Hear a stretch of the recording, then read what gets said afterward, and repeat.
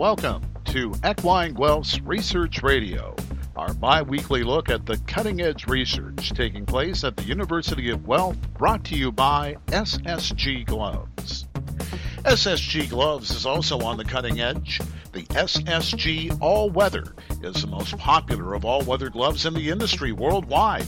Quality, durability, well, it wears like an iron and washes like a rag. Breathable, AquaSuede Plus Palm gives you a very good grip on the lines, wet or dry. And the elasticized back gives a cool, comfortable fit. The Ssg All-Weather. See your local Ssg dealer. For more info, go to ssgridinggloves.com. Dr. Scott Weese is actively researching the ways to combat infectious diseases, especially those transmitted between humans and horses, and he's our guest on this week's edition of Research Radio. Dr. Weese, welcome. Thank you. MRSAs, as they're called, or let me see if I can pronounce this correctly, Methicillin-Resistant Staphylococcus Aureus, correct? Yes. Okay. These are, for the lay people in the audience, of which there are many, explain what that is. Well, they're often called superbugs, which isn't really a great name, but they're a group of bacteria that are a big problem in humans and animals, and that they're resistant to a lot of antibiotics. So MRSA kills tens of thousands of people every year, an unknown number of horses, not a lot, but it causes a lot of infections, and the infections are hard to treat, which is the problem. We've got a lot of people and horses that are carrying the bacterium without any problems at all, but when they cause an infection, they give us a lot of challenges to try to control that infection. Now, this is something that I find interesting because I think when we think of horse viruses, we don't often associate them with humans to horse transmission and vice versa. Your work dispels that thinking, obviously. Well, there are a lot of bacteria and viruses that we share with animals. Really, we know that we've got probably tens of thousands of different bacteria, viruses, and fungi living in and on our bodies. And if you own a horse, you probably exchange a reasonable number of those on a daily basis, just through normal contact. Now, it's not necessarily a problem because most of these bugs aren't going to hurt us. But there are some, like Staph aureus, like Salmonella, like Clostridium difficile, that can cause infections given the right circumstances. So they usually don't. But if they go from an animal to a person and that person's susceptible, then they can get sick. And MRSA is one of those examples. Tell us about some of the individual illnesses that can occur between horses and humans that are susceptible to these viruses. Well, there are a whole range of things that we can see moving from horses to people. Again, they don't happen very often, but they can range from really mild infections to life-threatening infections. So things like ringworm. Relatively innocuous in the grand scheme of things. It's not very fun to have, but something that can be treated fairly readily. Salmonella is something that's maybe more common. We can get from indirect exposure to the bacterium from a healthy horse or more commonly a diarrheic horse, and that can cause severe diarrhea or complications. And then in the extreme, there are a couple of viruses that can actually kill people. There's one in Australia called Hendra Virus. It's associated with bats that infected a small number of people but kills over 50% of them. And it's a big problem in the horse industry in that area. More locally, we've got things like rabies. Again, very, very rare in horses, but rabies is basically a fatal disease if you get it, so it's something that we pay a lot of attention to. Another issue is that of the bacterium known as Clostridium difficile and the role it plays in overall diseases. Tell us about that.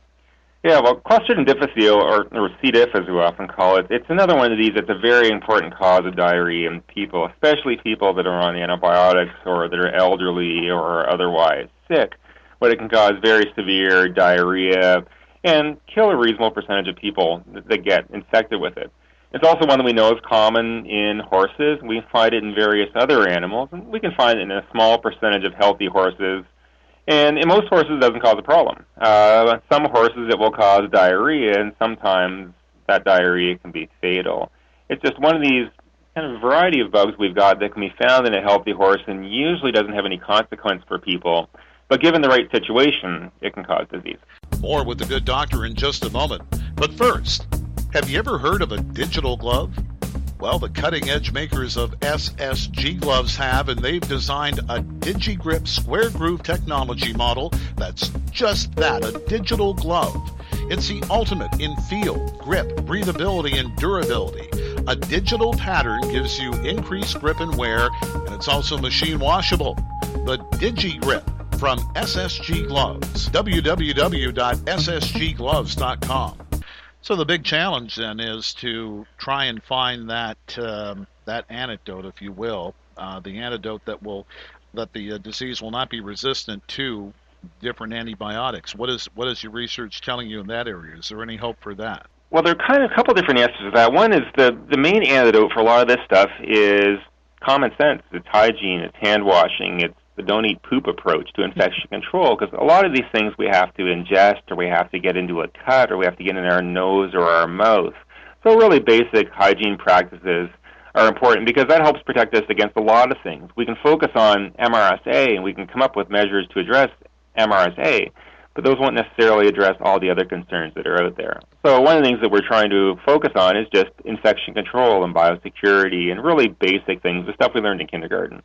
And then when it comes more specifically for things like MRSA, we're trying to figure out how to prevent it from moving between horses. So how does it spread in the horse population, and how can we stop that? How does it move between people and horses in both directions? And what are we doing to help foster it? And a lot of that comes down probably to antibiotic use.